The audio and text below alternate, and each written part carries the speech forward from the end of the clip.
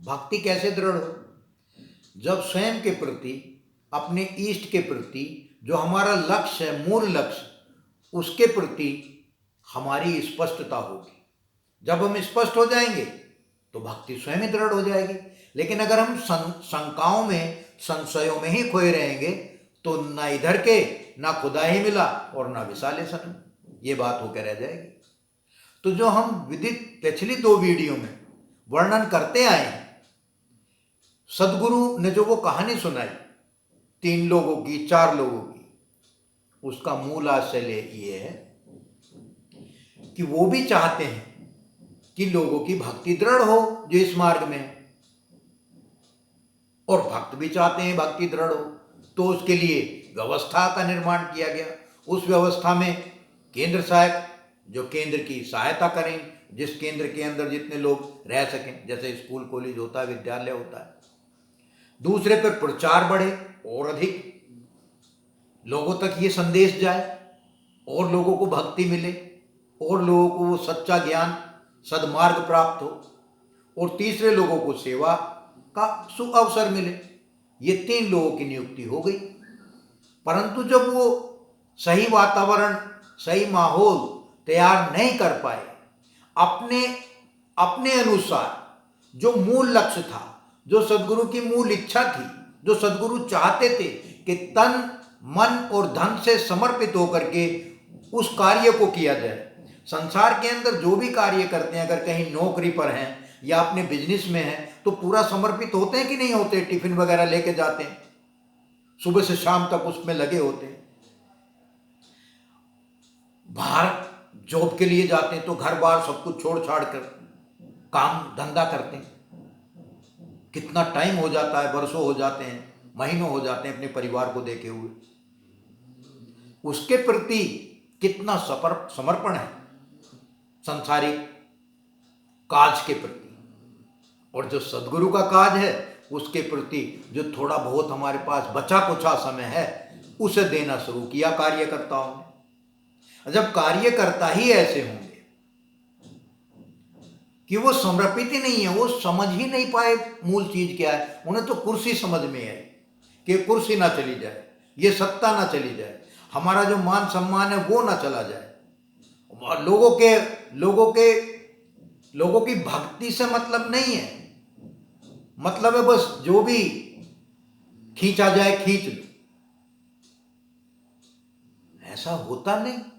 कहा है, अरे भक्ति के बारे में, सेवा के बारे में तो ये कहा है, ऐसा माहौल क्रिएट होना चाहिए कि बिन मांगे दे तो दूध है, मांगे से पानी, और वो सेवा खून बराबर जिसमें हो खींचातानी कि नहीं इतना दो, इतना करो, उतना करो। अरे तो भाव की बात है, तो भाव बढ़ने चाहिए। जब भाव बढ़ेंगे, श्रद्धा बढ़ेगी, विश्वास बढ़ेगा, प्रेम बढ़ेगा, तो भक्ति अपने आप बढ़ेगी। और होता उल्टा है। तो वो चौथे चतुर सुजान के बारे में जो हम बात कर रहे थे, हम तो चाहते हैं कि लोग वार्तालाप करें, कमेंट्स करें, प्रश्न उत्तर करें। अरे भगवान कृष्ण से अर्जुन बहसबाजी करता है और स्टूडेंट तो आपस में एक दूसरे से पूछते हैं। हम विद्यार्थी हैं, मैं भी भक्त हूँ, और जो सुन रहे हैं, देख रहे हैं, वो भी भक्त हैं।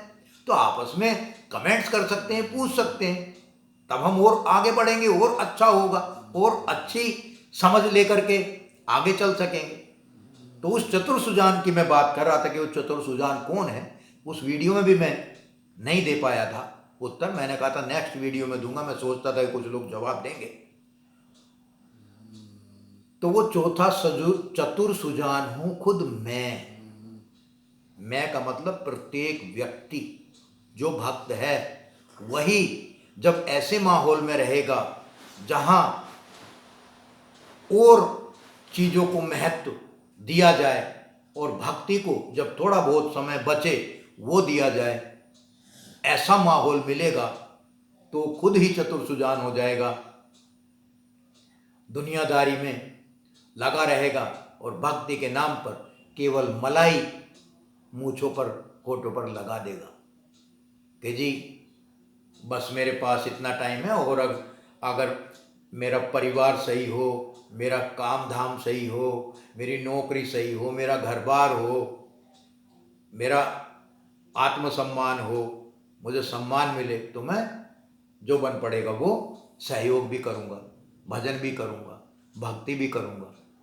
अगर इन अपेक्षाओं को लेकर के इस मार्ग में आए हैं तो कहीं ना कहीं पेच ढीला है, हम किन्हीं और भ्रमों में उलझे हैं। भक्ति का मार्ग ये नहीं है।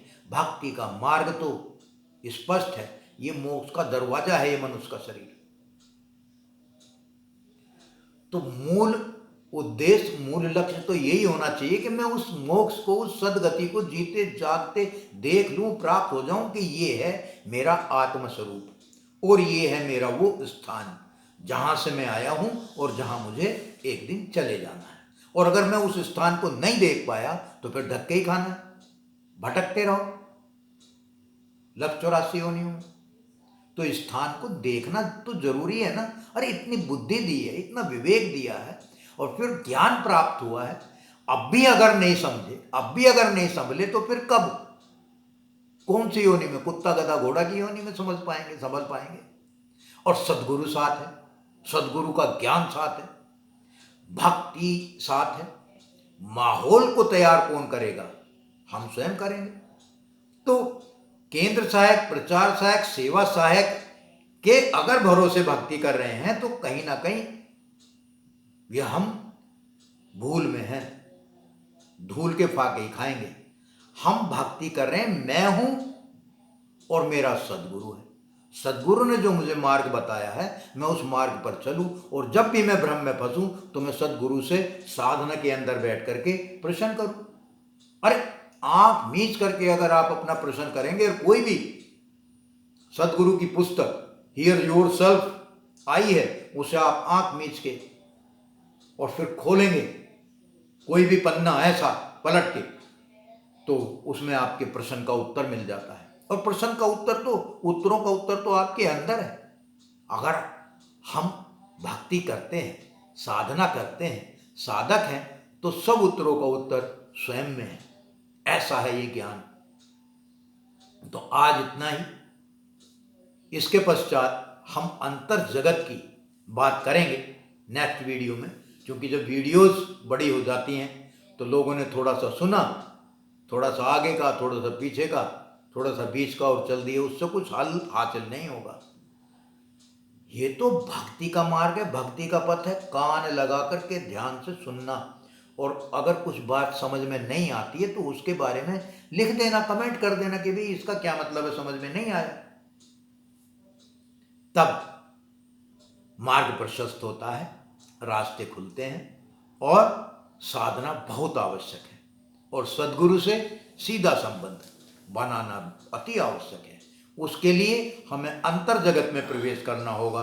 तो नेक्स्ट वीडियो में हम कैसे करें अंतर जगत में प्रवेश और वो चार कौन है, उसके बारे में बात होगी आगे।